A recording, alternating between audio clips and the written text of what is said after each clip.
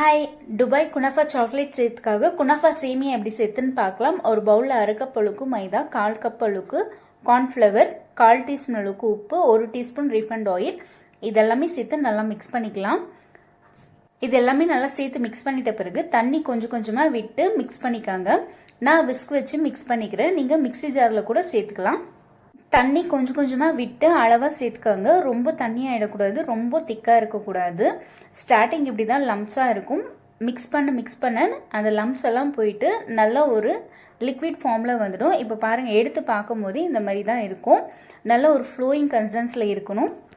Batter ready ஆகிட்ட பிறகு piping பேக்கில் சேர்த்து ஒரு நாட் போட்டுக்கிறேன். அது பேக் சைட் ஃப்ளோ ஆகாது இருக்கிறதுக்காக. இப்போ சின்னதாக கட் பண்ணிக்கிறேன்.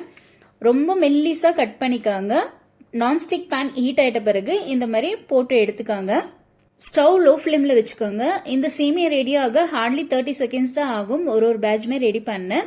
ஸோ மடமடன் நீங்கள் போட்டு எடுத்துடலாம். ரொம்ப ஈஸியாக தான் இருக்கும். இந்த சேமியா வச்சு குனாஃபா சாக்லேட் எப்படி பண்ணுறதுன்ட்டு அப்கமிங் வீடியோஸில் சொல்கிறேன். கண்டிப்பாக இந்த ரெசிபி ட்ரை பண்ணிங்கன்னா எப்படி இருக்குன்னு சொல்லுங்கள்.